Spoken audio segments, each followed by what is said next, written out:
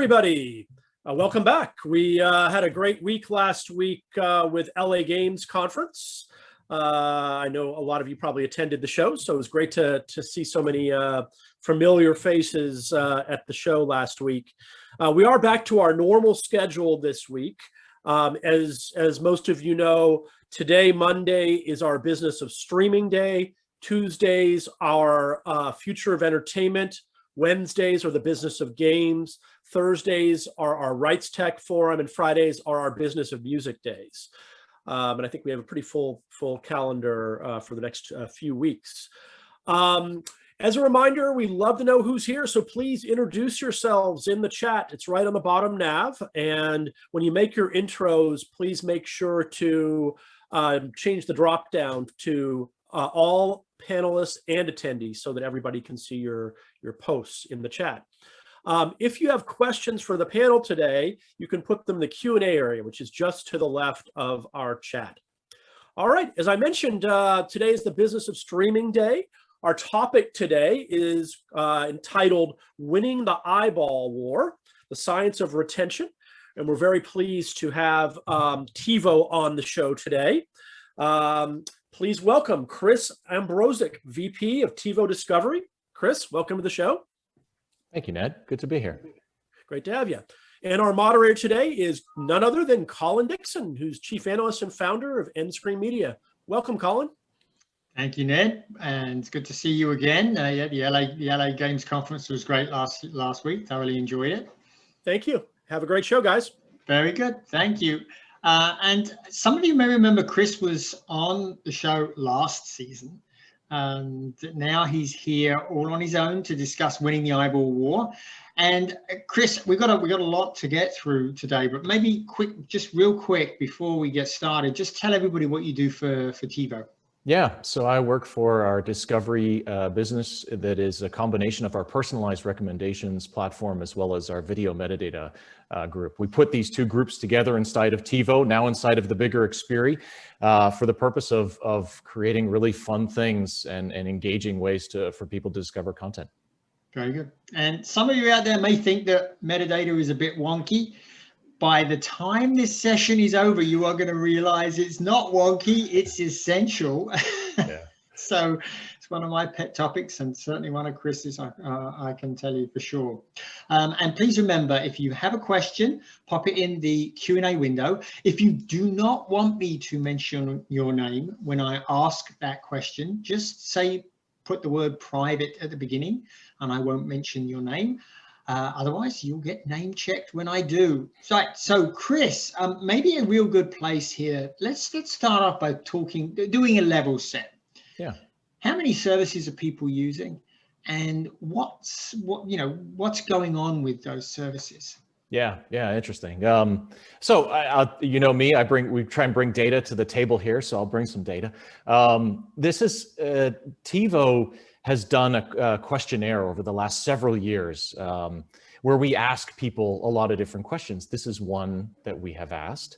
And over the past few years, we've seen the number of services grow 2, 3, 4, 5.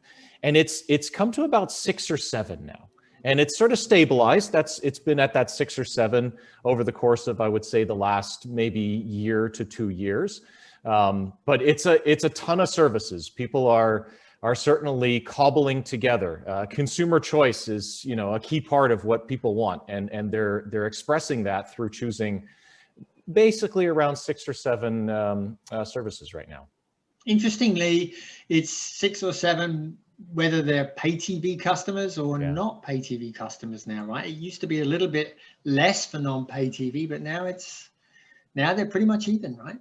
Yeah, that's exactly right. We've seen that trend continue for a bit. Like I said, people are looking they know where to find their content now, and they're making and exercising choices around it. One of the interesting things about that 6 or 7 is that it's not a jump ball as to what's going to be in there, right? It looks like 3, maybe 4 of those are pretty much locked in for people, right? Yeah, exactly. This is a pattern we've seen over the course of again, probably a year or two. that there are certainly some standard catalogs out there that people are, or apps that people are using. I can give an example in my household. You know, we have Netflix, of course, we have Amazon Prime, got some kids, so, you know, Disney Plus. So naturally, those 6 or 7, as you say, it's not a jump ball. It's not for everybody to sort of grab equally. There is a standard set of what we're seeing, maybe 3, maybe 4, that really have a lock in our households. And what that means then is that for those who are trying to, you know, gain wallet share and gain eyeball share, you're not fighting for 6 or 7, you're fighting for 2 or 3. Right, right. And those anchor tenants, it's getting to, so being an anchor tenant and staying an anchor tenant is like a primary goal of those top 4, 5, 6 services. Getting into one of those anchor tenant slots is also a primary goal of the rest, right? So this sets up a really interesting dynamic, and it's actually pretty risky. There are some pretty risky things that can happen to a company that is earned an anchor tenant slot that can lead to them to losing it, right? Yeah, certainly. And what we're seeing now, of course, is that all of these different apps, they all struggle with churn. I mean, it's too easy, right? And again, based on customer choice, it's very easy for us to sit there, grab our phone and say, cancel this service, move to this other service. And so you've got to keep the eyeballs. This is one of the things that we've been looking at, and we've got a number of data points on that churn can happen quickly, and it can happen based on a number of factors as people consume that content. So, you know, I won't say which of the ones that I was mentioning before. I don't mean to disparage anybody, but, you know, as a family, we make the conscious decision to sit back and say, wait a minute, we've sort of consumed a lot of the content that we think is available for us. Maybe I should drop this and pick up something else, because it has, you know, a set of content for me, and in a moment I'm gone. Yeah. But there's also this, I've done this myself, like I've seen a show on another service. Yeah. And I thought, I'll check that show out. I want to check that show out. I think I did that with Discovery, Star Trek Discovery on Paramount Plus. And when I got there, it's like, oh, there's a whole bunch of other stuff I like here too. And I started using that service much more, and all the other services suffered. That's a real risk, right? Yeah, it is. I think new types of data sets are becoming available now for the right type of analysis to enable an understanding of those moments that you just described, Colin. Those I'll call them moments of weakness, let's say, when you're sitting there looking for something more, and it comes from these data sets come from these very content-centric, content-forward discovery platforms. So think about, let's say, you know, what Google has done recently with their Chromecast for Google TV, or Google TV for Chromecast. I always get that name messed up, apologies. Amazon Fire, there's, you know, even TiVo has a, you know, Stream 4K. We have a very content-centric and content-forward application. And we are starting to see this now, where people come off of a given show, or they're watching a particular show, and they're then presented with alternatives. And that moment, as you describe it, becomes a very powerful moment. It's a way for that eyeball to be retained, or that eyeball to potentially be, you know, enticed to go in another direction. There was an article that I'd read. It was an IGN article, came out a few months ago, that said something to the effect of about 60 to 65% of people have actually switched services based on that moment you described. That they sit there and they say, you know, I could look at this other content, I could enjoy this, let me jump to that, let me make a cancellation decision or a churn decision because of that moment of weakness. So I think, you know, when you talk about what that means for the businesses, at least what we're seeing is, it becomes very important to understand that moment, and understand not only, you know, what shows are being attractive to to this type of viewer or that type of viewer, but in the moment in time, also, what are the types of metadata? You promised everybody we get into metadata, so we'll try to make it nice and sexy. What kinds of metadata are actually important as part of that decision? That it's not just a matter of saying, look, somebody who watches this show, watches that show, but it's about saying, no, in that moment of weakness, it was this kind of content that really drew the viewer in and helped them make that jump. And that's what we're seeing as fairly highly correlated to churn decisions, that people are sitting there saying, yep, I'm done with the service, let me go elsewhere.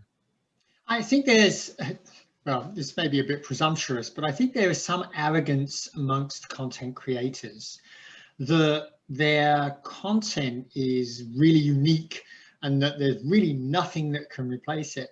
And I suppose for some types of content that might be true, like Game of Thrones, for example. But other types, maybe not so much, right? Where you can come up with alternates and other people can have very strong offerings. Those are particularly areas to watch for, right? Yeah, absolutely. From what I understand, in content owners, there is, maybe a distribution of content creation decisions, right? You probably have a couple of creative types that are really out there pushing the boundaries, doing wonderful stuff. And these are creators to shows that we all know. You just mentioned one. But then there's a long list of content that needs to be sort of aided by data and aided by analysis. And certainly there are teams out there that are trying to use the data, trying to use the viewership behavior, trying to use the metadata behind it to say, yeah, where shall we place our content creation investment bets? And that's leading to, yes, plenty of opportunities, a plethora of content. We're in the golden age of content. Certainly there's lots of things to grab our attention that is very similar to something else.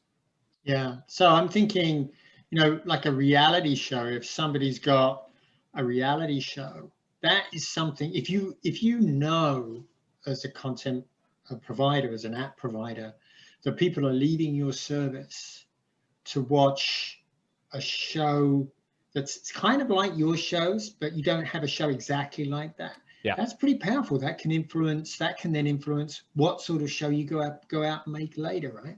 That's right. And that's, I think, where the metadata starts to shine, because it's not just a matter of title and synopsis, what we'll call factual stuff, sort of the basic information, maybe a genre here or there, but it actually gets to the more descriptive metadata, the ability, I'll call it advanced metadata, if you will, that helps people really, truly understand those differences and actually, pop those signals in various machine learning models that help us understand what it was that pulled you away.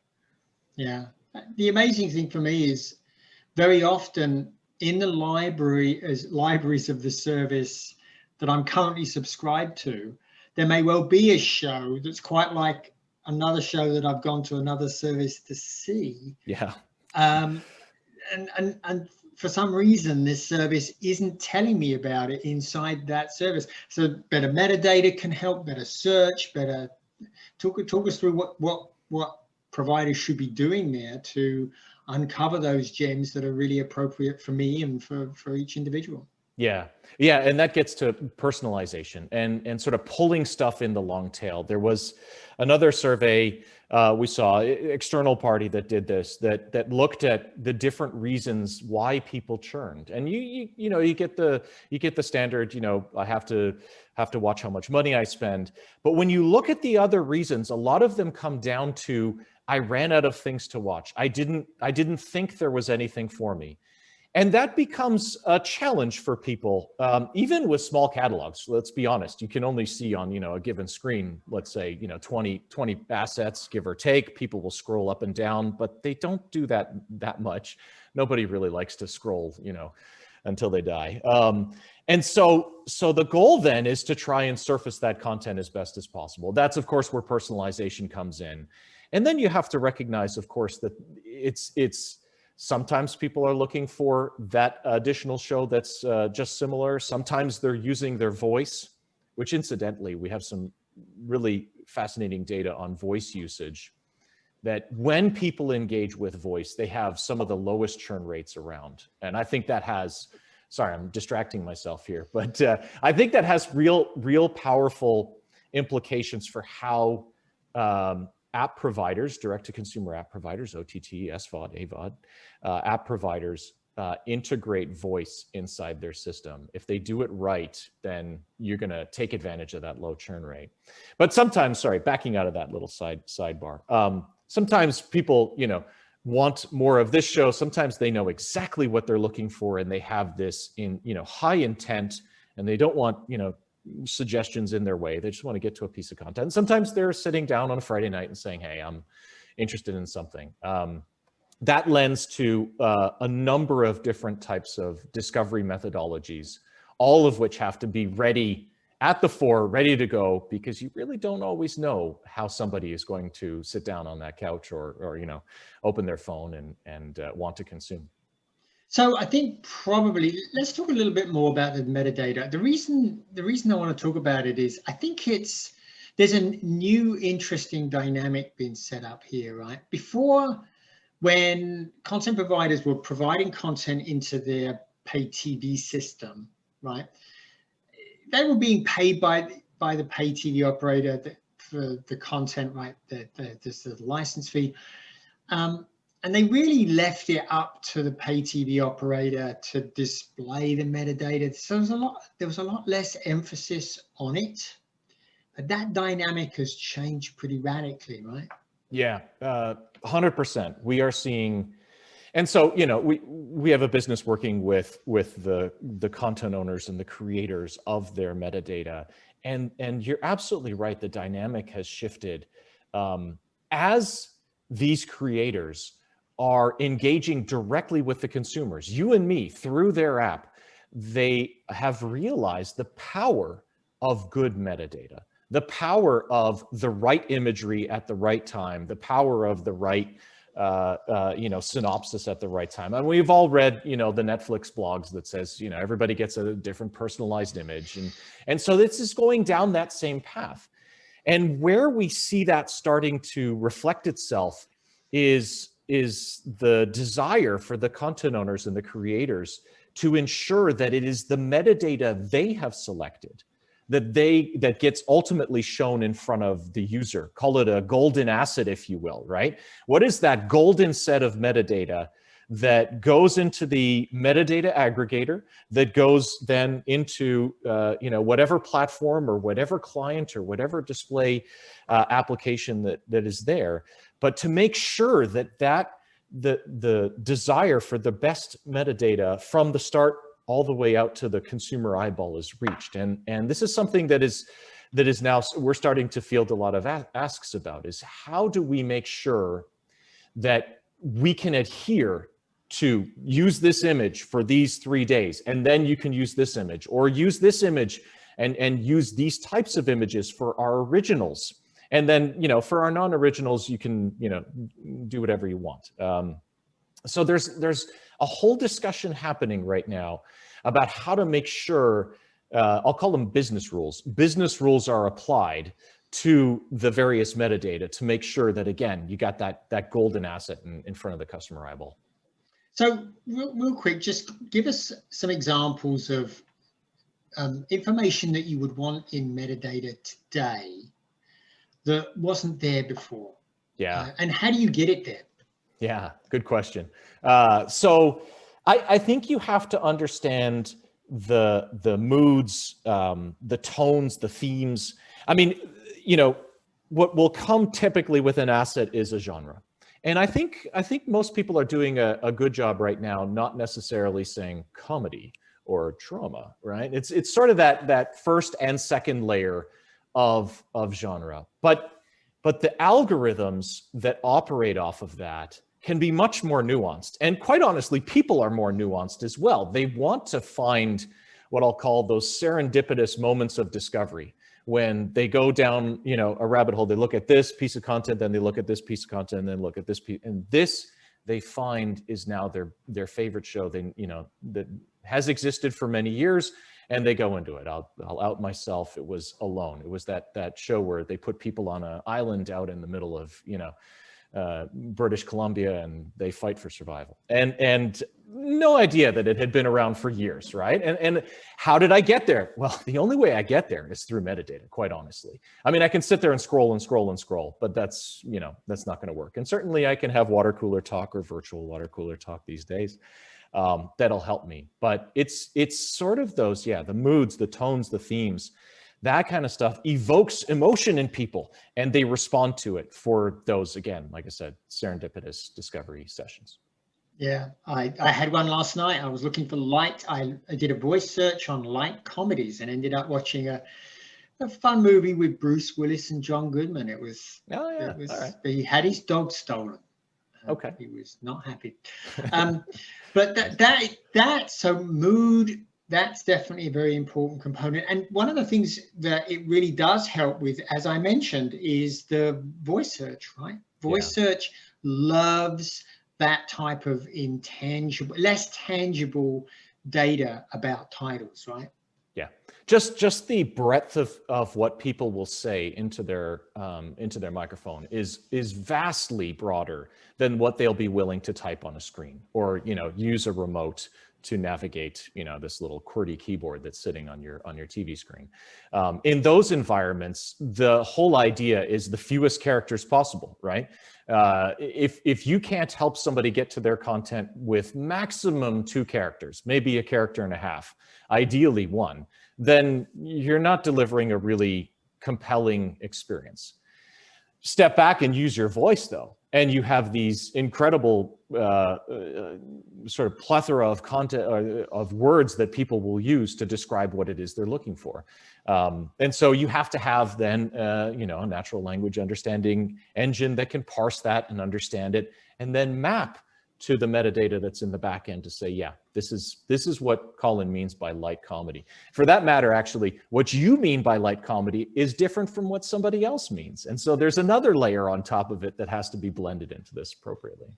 Yeah, yeah. Okay, so there's kind of 2 axes here in the data world, right? There's the metadata, but then there's also the user data. And I wanted to ask you something, because you did something wacky when I got my TiVo 4K stream. Okay. And I plugged it in and booted it up.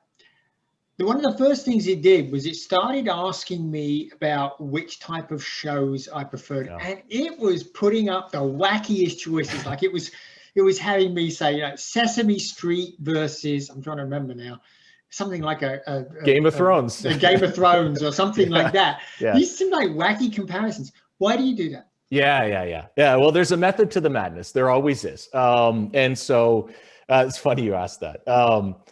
So basically, that's our first time user experience, and that is totally data driven. And there's a reason for it. That when I say data driven, meaning we had actually done A/B testing. It wasn't the way that you experienced it at first. In fact, we sat down and we did more of an editorial approach, and we said, okay, what do we think are the right let's find, you know, the difference between this comedy and this comedy, and let's use that to understand, you know, what type of comedy somebody watches.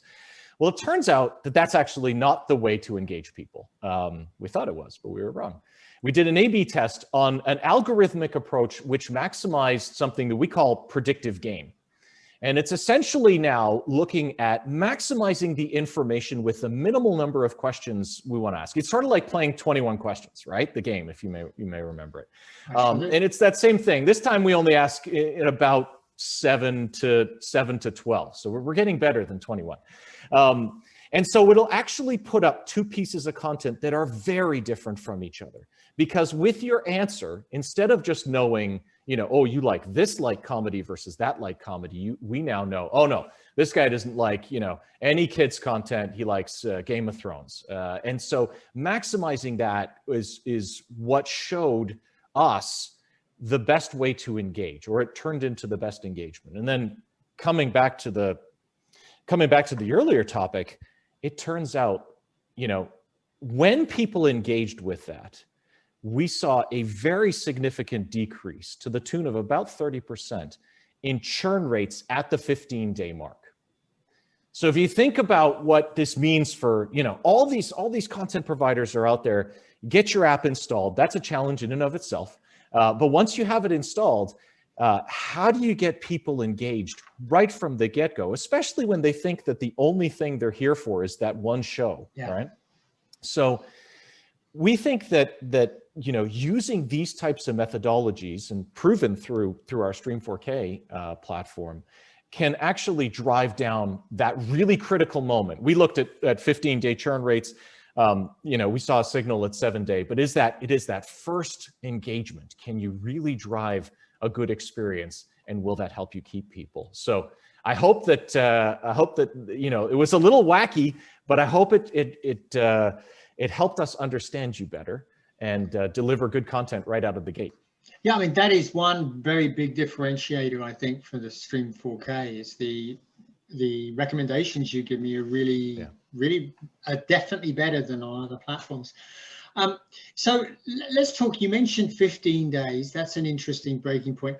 What other, as it were, achievements of longevity with a service are there? Where, I think there was a lot of talk for a while about getting people past 3 months. Is that still an important barrier? And what about some of the other things that people have to get over before they turn a service from being just a casual drop-in to being one of those anchor tenants? Yeah, the other data point that I have that can probably help with this is sort of a lifetime churn analysis that we did. This was a while ago. We looked at users and said, what is it that is leading them to churn off of a lifetime service? Things that they have, enjoyed month after month, or potentially even year after year.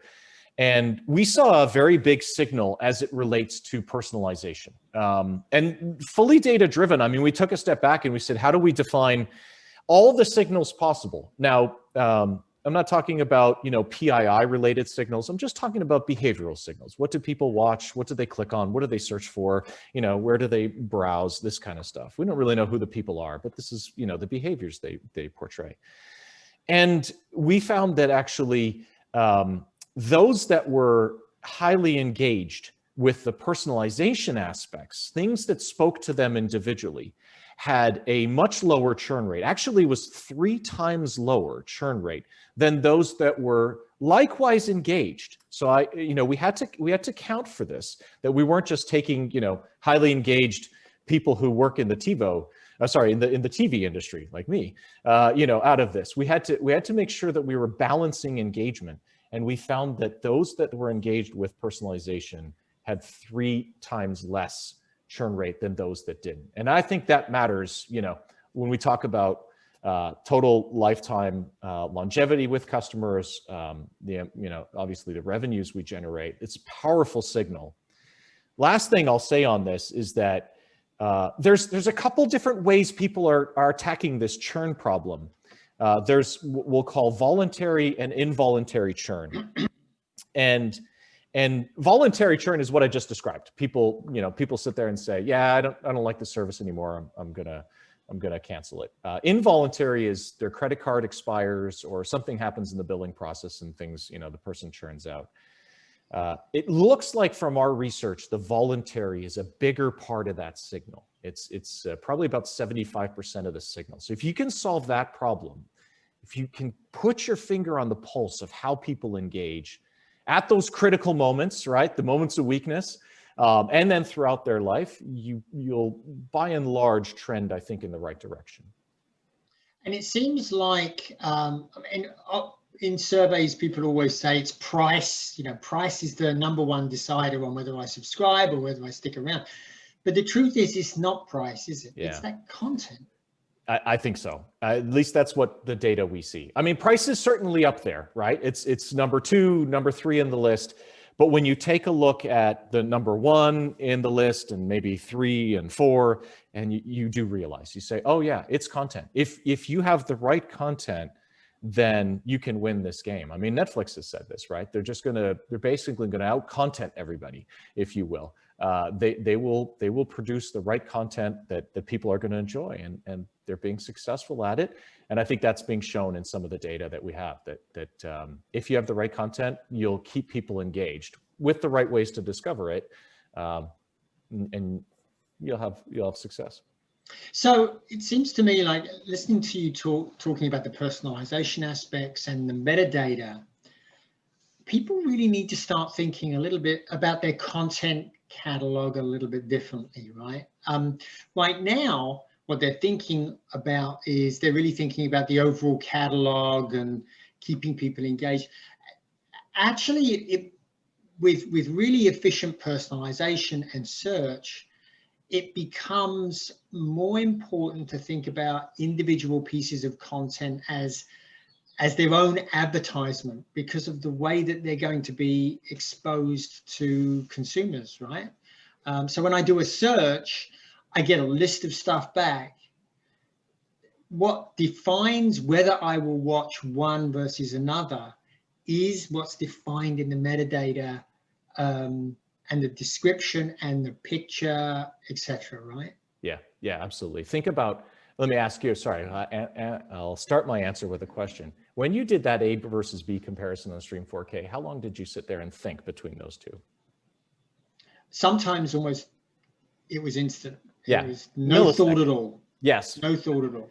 Milliseconds. Mm-hmm. Yeah. And that's what we're seeing. I mean, it's people are either making a decision or they skip. And in both cases, that comes down to your familiarity with the content and how well that content is doing, or how well the metadata is doing in making you aware of that content, whether it's the imagery that's there or perhaps a small synopsis that sits on the bottom, and you have, 80 characters with which to capture somebody's attention because you're making the millisecond decisions. That's not easy. It's tough for the industry to do right. You say 80 characters. I sometimes think it's much less than that. I mean, very often yes. I read a description, and if the description starts something like Joan decides to wrestle with her feelings, it's like skip. So maybe you only get that first line. So you better really hone in on what it is people are looking for, right? Yeah, maybe. Or the image has got to be really good, which that's the other element of it. Right.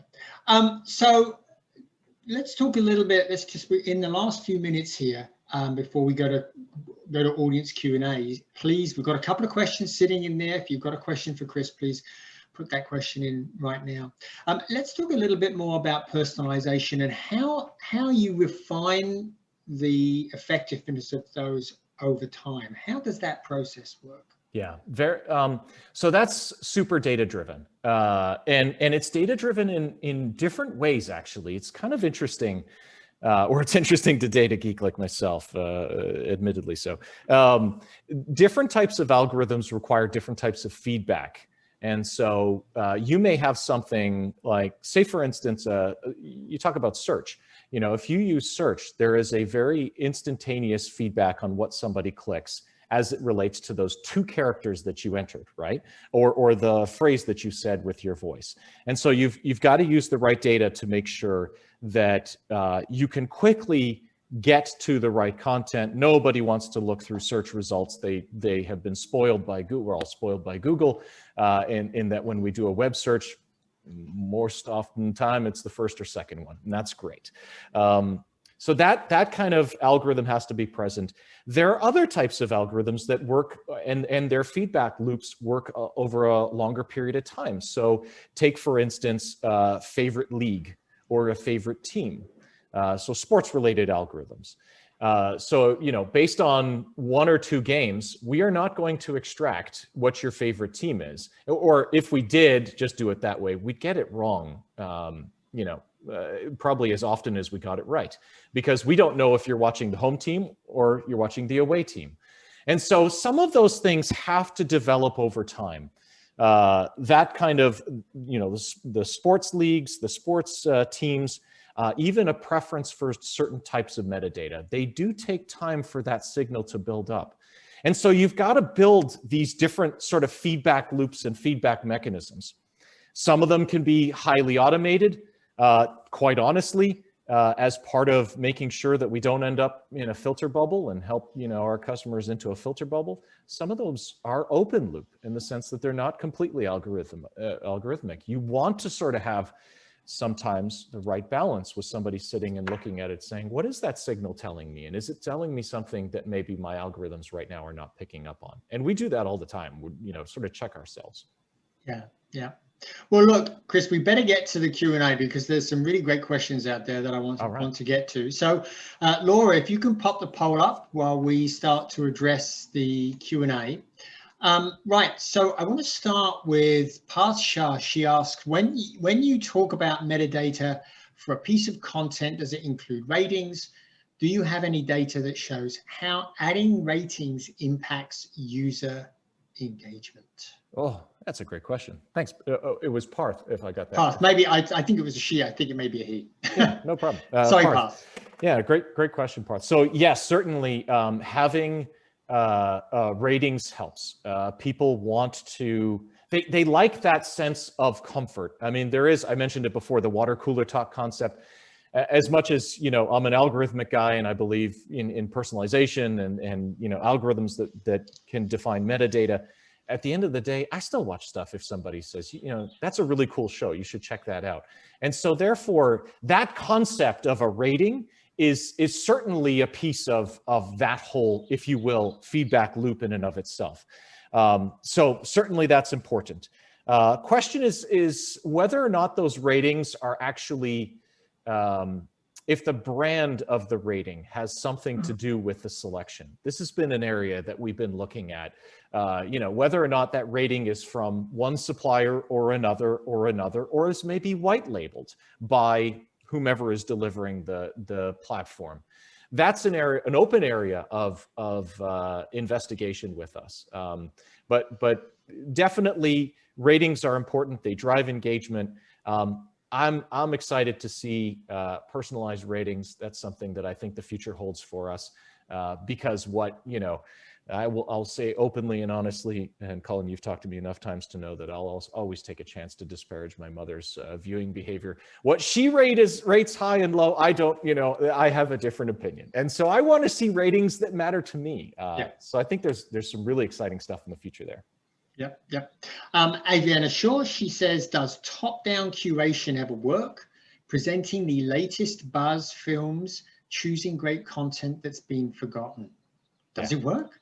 Yeah, it does. Absolutely. And there has to be a balance. There has to be a balance between, let's call that, what the world is talking about and sort of that editorial curation side of things with the more algorithmic approach. There has to be a combination of the two. I have yet to see an algorithm that can necessarily deliver, what my buddies down the street are talking about all the time. Maybe one day, but right now, I think the right combination of the two is there was an article I read just even last week on this topic. That Netflix, being as algorithmically driven as they are, they came out with their top 10 lists. Now, interestingly enough, they said their top 10 lists were personalized. So, it's the balance, right? It's yes, this is a top set of content, but here's it in the order for you, and here it is in the order for you. I think there's a lot to be said about that approach. Yeah, I don't know about Netflix. Sometimes with their recommendations, I turned on their new download feature, their smart download. Yes. Yeah. And it automatically downloaded Bridgerton and I forget some other chick flick thing to my phone. I pass no judgment. Wasn't exactly my cup of tea. Okay, so let's see. Well, we should probably talk a little bit about that. Somebody wants to know, what is your early analysis of the likely impact of the announced Warner Media Discovery merger? Boy, that brings together two real powerhouses of content, and there's not a lot of overlap between the inventory, the types of content in both services, is there? Yeah. So I a couple comments, I guess, on that. I don't know how valuable they are, but one article that I read this morning that I thought was really interesting, and it was right at the bottom, and I think this is an understated but very important part of this merger, or this planned merger, is the live news and the, whether it's talk show content or sports content. I think there is a lot to be done there in the world. We all think about, sort of over the top and SVOD catalogs, all, streaming sort of, none of it really, or not a lot of it really live. I think there is a ton to be done there. I don't know what that looks like. I'm excited as a sports fan to see adjacent content to, that I can consume. So that's my plug on that. But then the other piece that I'll say is, I had read that, the combined investment was 20 billion a year in new content. That's out Netflixing Netflix with their 17 billion.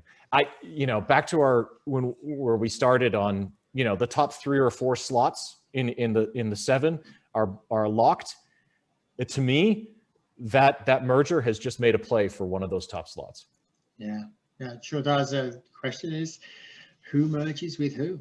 Yeah. Discovery Plus with HBO Max, or vice versa, or maybe they'll keep them separate for a while. Let's do one more question, and then we'll go to the poll. So how many people alternate services that they subscribe to? So they're flipping, Chris. They're going, they'll subscribe to one for a month and binging, and then subscribing to another for a month and binging. How many people are doing that? Oh, it's a great question. And I don't know if I actually have any solid data on that. I will say anecdotally, I'm guilty of doing that myself. I sort of watch everything that I think is interesting, turn that off. I'll come back in a few months and then go somewhere else. That's a leading question for some homework for me. I like it. I don't know if I have any data on how. So I did a survey a couple of 3 years ago now, and at the time, the number of people that I think we asked, the question was, in the last year, have you done this? And there was only a very, very small percentage had done this 4 or more times. So 4 is a lot, but maybe in a year, maybe not such a lot. I wonder if that's changed with all of the launches of all of the services that we've seen in the last year. So maybe there's a lot more people doing that now, but I guess we'll have to wait to the next video. Maybe you can include it in the next video trends report. Yeah. Like I said, that's some homework for me. I'll get on it. And if you aren't picking up the video trends report, you probably should be. It usually comes out every half, and it's always fascinating reading. I know I'm always all over it because everybody knows I love the data. Okay, so let's take a look at the poll results. And I asked, think about the last time you found a library title that you ended up loving. How did you find it? So it looks like it's word of mouth wins, which doesn't surprise me at all. And second is browsing the service guide. So recommendations don't seem to be resonating, Chris. Yeah, I got some more homework to do. Yep. Okay, so next question. Have you ever signed up for a service to watch a single show with the intention of canceling and ended up sticking around to watch a bunch more? It seems like this has actually happened. So your concern that you raised in the discussion, the services are vulnerable to people jumping to other services for a particular show. This seems to bear that out, doesn't it? Yeah, it does. It's that moment of weakness. It's people think they come into the app with a perception of value. As an industry, we have a limited amount of time to convince them otherwise. Yeah. So if you could keep only one service, which would it be? No surprise, I suppose, that all of that content investment is paying off for Netflix. It is by far and away the most popular. Which one would you keep, Chris? It's not on here. I can't live without my sports. Yeah, You can't? No, it would be the hockey, NHL, and the Formula One. I'm actually surprised to see Netflix as low, to be honest. I think they've obviously excelled and been an amazing success. I think they've spawned, all these names below as well as others, and I think it's going to be a dogfight going forward. Yeah, me too. For me, well, it's probably Netflix and BritBox. And funnily enough, we'll have Emily Powers, who's head of BritBox US. She'll be on the show next week. So our last question, which TV reboot will you be checking out? And it looks like Bel-Air, the Fresh Prince reboot wins. Sex in the City second. Which one catches your fancy, Chris? You got to say one of them. You got to say one of them. I think people are responding to your light comedy request earlier. Yeah. Gosh. All right. I didn't watch much of any of these. I'll say Sex in the City. That'll remind me of when I was younger, and that's all. And we all need to be reminded of that. Yeah, that's for sure. Exactly. Well, Chris, this has been a delight. Thank you so much for spending time with us. Thank you, everybody, for your great questions. I'm sorry we didn't get to all of them. And Ned, we're handing it back to you. Thank you, Colin. I'm a Criminal Minds guy, so I went Criminal Minds on that survey. You know. Yeah.